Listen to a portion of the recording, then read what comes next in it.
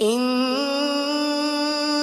أصحاب الجنة اليوم في شغل فاكهون هم وأزواجهم في ظلال على الأرائك متكئون لهم فيها فاكهة ولهم ما يدعون سلام قولا من رب رحيم وامتازوا اليوم أيها المجرمون ألم أعهد إليكم يا بني آدم ألا تعبدوا الشيطان إنه لكم عدو مبين وأن اعبدوني هذا صراط مستقيم ولقد أضل منكم جبلا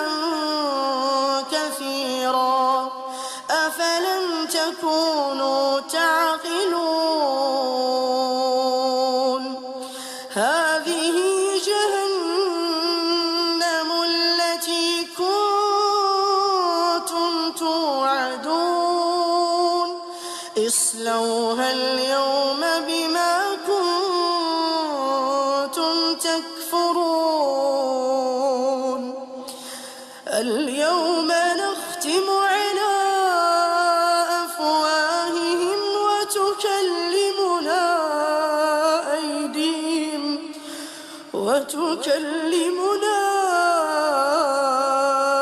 أيديهم وتشهد أرجلهم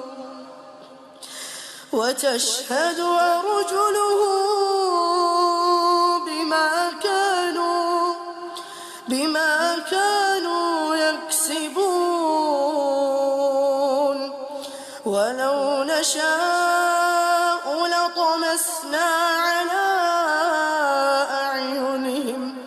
فاستبقوا الصراط فأنى يبصرون ولو نشاء لمسخناهم على مكانتهم فما استطاعوا مضيا ولا يرجعون ومن نعمره ننكسه في الخلق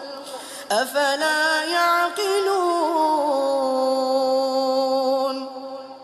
وما علمناه الشعر وما ينبغي له إن هو إلا ذكر وقرآن مبين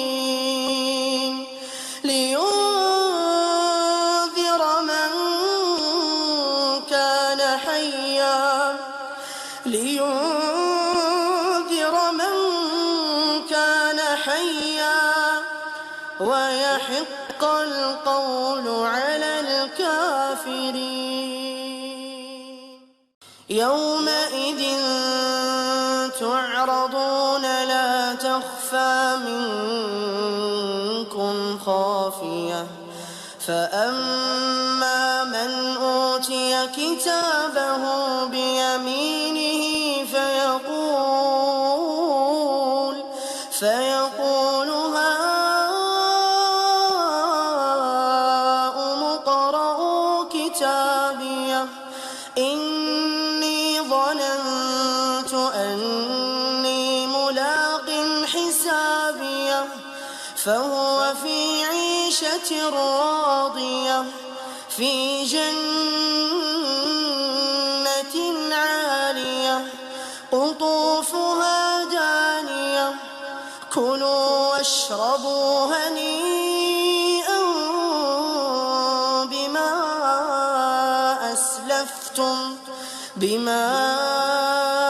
أسلفتم في الأيام الخالية. وأما من أوتي كتابه بشماله فيقول يا ليتني لم أوت كتابيه ولم أدر ما حسابيه. يا ليتها كانت القاضية ما أغنى عني ماليه هلك عني سلطانيه. خذوه فغلوه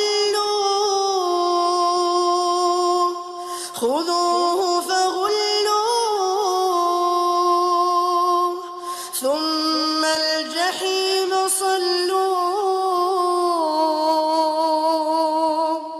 ثم في سلسلة ذرعها 70 ذراعا فاسلكوه إنه كان لا يؤمن بالله العظيم إنه كان لا يؤمن بالله العظيم ولا يحض على طعام المسكين فليس له اليوم هاهنا حميم ولا طعام إلا من غسلين لا يأكله إلا الخاطئون.